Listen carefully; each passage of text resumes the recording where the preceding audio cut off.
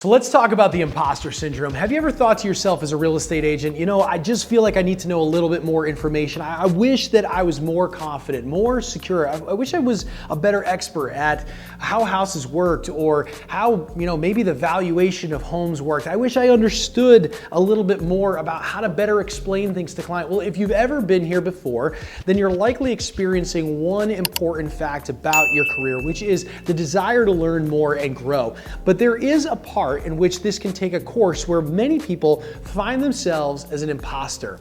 Have you ever been here before? You've thought to yourself as you're explaining to someone that they need to offer a certain way on a property, is this me? Can I be doing this? Maybe you've been in a situation where you're about to give a home buyer seminar and you think to yourself, oh, am I really the most qualified in order to do this? Well, thanks so much for watching, guys. My name is David Brooke, and I'm a team leader, and I'm a real estate broker, and I've been doing this for over 10 years. And as I've coached agents from across the country, I've seen a few things show up, and one is the imposter syndrome.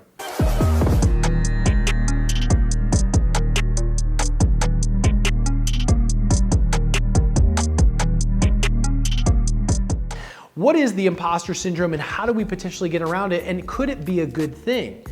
Well, the imposter syndrome says that I might not be enough, but is it really instead asking, will somebody tell me that I am enough?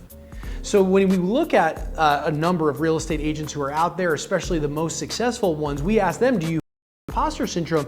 And they may feel the imposter syndrome in certain areas of their life, like, can I really lead a team this size? Or can I really run a company of this magnitude? But when it comes to the everyday of presenting an offer or going to a listing appointment, of course they say, no, I don't feel an imposter syndrome. And so the imposter syndrome can be tackled in a couple of ways. Number one, it can be tackled in the fact of somebody actually doing the act long enough in a repeated fashion that their actions and the results of their actions tell them that they are enough, that they have learned enough in order to advise another person. And so what we've learned in this first piece is, yes, it's possible for me to overcome the imposter syndrome simply by doing the act. And so for some of you who are watching, there's no other way around it. If you're afraid of making phone calls or you're afraid of going on a listing appointment, you're afraid of doing a buyer consultation, you absolutely, like I said in the beginning, you need to be competent enough and go through a class or two on how to do these things, and don't go in there without knowing anything. But there may come a point where you just have to do the action. It's the old Nike phrase of just do it. And although we don't need Shia LaBeouf saying to ourselves, just do it in some crazy way where we think now all of a sudden I've got the confidence, sometimes that little action of building confidence happens by doing the smallest thing over and over until suddenly we now have the confidence. And once we have the confidence, that imposter syndrome starts to fade. But what if the imposter syndrome stays? What if that imposter syndrome is in your mind still and you just don't know how to get rid of it?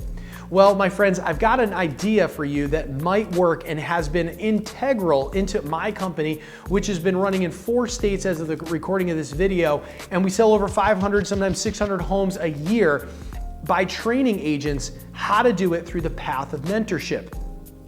Well, how does mentorship and guidance actually play into the imposter syndrome? Well, the imposter syndrome can be demolished by an authority figure telling someone in a position of learning, you've got what it takes. You've done it well. You're on the path. You see, what ends up happening is this imposter syndrome is actually a good thing. Think back when you were a child. Think about a moment in which maybe you were learning something, and as you did that action, a parent said to you, hey, great job. And that gave you wind in your sails, a little bit of extra breath in order to do the next thing and learn a little bit further. This is how any champion in any sport or a musician succeeds. They begin by doing the smallest things and accomplishing them. And while I said in the former several minutes ago about how you can learn it by just simply doing, you can certainly pick up a guitar, and I love to play guitar, and you can learn a few notes or chords and learn them by yourself. But there's nothing like having a teacher or a mentor say to you as you're playing those things, hey, this is the better way, or here's how to do that, or most importantly, great job, you did that well. So who do you have in your life who is that mentor? Who is that authority figure in real estate, in business, in your personal life, in fitness, in spirituality, in your relationships? Do you have guides in those particular areas? So many times for myself, I looked, as I've aligned with different coaches and mentors over the years, with those individuals who have either gone the path before or have done the thing that I've wanted to accomplish, and I align with them at whatever cost it takes, because I need to know when I'm on the path, is this the right direction? Am I going in the right direction? By having that authority figure or that mentor figure in your life, you actually dismantle the imposter syndrome because of the validation that they place on the actions that you're taking as they watch and measure what truly matters in your life. Well, guys, I hope this helps you. I know it's been one of the biggest things that has shown up for many agents over the years in their agent trajectory growth in their careers is this imposter syndrome. I don't feel like I have what it takes. I wish I knew more. I need to build confidence. And hopefully these two ways helped you of just either repeating those very small actions long enough until you can fully validate for yourself that yes, you can do this and you are enough and you have what it takes. Or number two, it's that having that authority figure in your life who's able to guide you along in the process. You know, we've built a team of real estate agents that spans over 4 states now, and we have many mentors who just layer throughout the organization and are able to provide that validation and guidance and direction for so many agents. It's been incredible to see the growth from it.